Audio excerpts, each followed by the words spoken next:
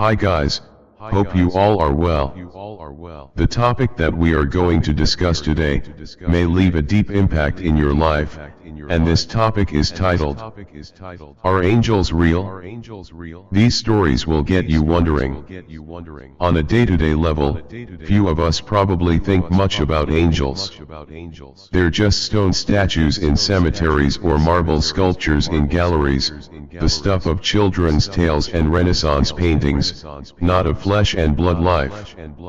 I may be wrong, but even people of faith probably give little thought to them. And also, if you are new to our channel, then subscribe to the channel so that you get new updates. So without wasting time, let's start talking about today's topic. When I raised the topic of angelic encounters with my social media friends, I was expecting some nice stories about lights in the sky and the kindness of strangers. Instead, I got stories that truly opened my eyes. While statues, sculptures and paintings always depict angels as winged beings with white robes and halos, perhaps they're more likely to come dressed as people just like us, walking on the beach wearing brown shirts, or standing on the doorstep holding envelopes. A knock at the door. When I was a kid, my parents were in a ministry where they lived by faith, all wages coming through individual donations. One day funds were very tight and Mum was praying in her room and reading her Bible, when she read a verse that said, "And the Lord will provide your wages." At that moment there was a knock at the door. She answered it and there stood a young lady. "My friend asked me to give you this," she said, and handed Mum an envelope. Stunned, Mum said thanks and closed the door. She peeked in the envelope and it contained a good amount of cash.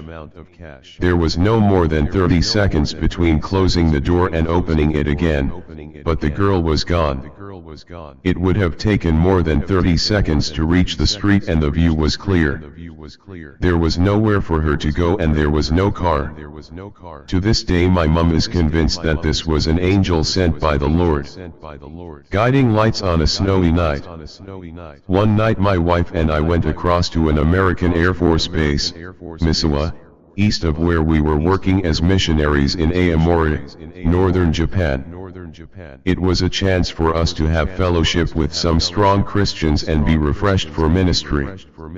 Getting there was an hour-and-a-half long journey across a mountain pass, which was very tricky in winter with thick drifts of snow on the sides and the occasional car buried deep.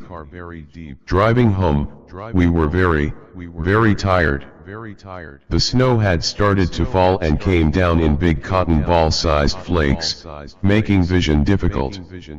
Late on a Friday night, out in the country along this mountain pass, there were few cars. But then a car appeared in front of us.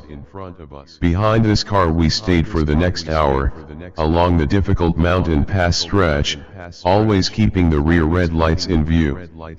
Why do I think we followed one of God's messengers? The car came when I was really tired and the car drove at a safe speed for over an hour, never speeding up, slowing down, or even pulling off, if that was possible. Those red lights were a beacon of safety for us as we followed them through the heavily falling snow. And we sure didn't like the idea of pulling over to take a nap up on that pass with the snow falling as it was. We have often believed that God had sent an angel to guide us home safely on that cold and dangerous night. Nick Crook. A mysterious helping hand. I have muscular dystrophy.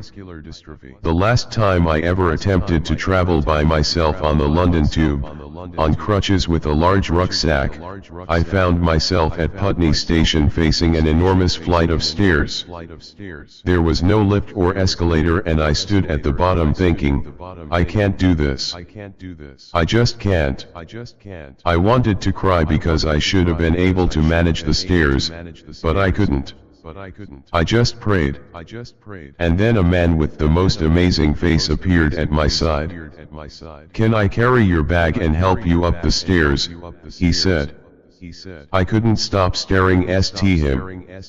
He took my bag, took my arm, helped me to the top, gave me back my bag. By the time I got sorted and turned around to thank him, he was gone. I mean, totally gone. Nowhere to be seen. I feel very certain he was an angel. Louise Halling, a mysterious doctor. I was unexpectedly admitted to hospital after a routine biopsy went wrong. Lots of doctors came to see me, and I wasn't sure what was going on.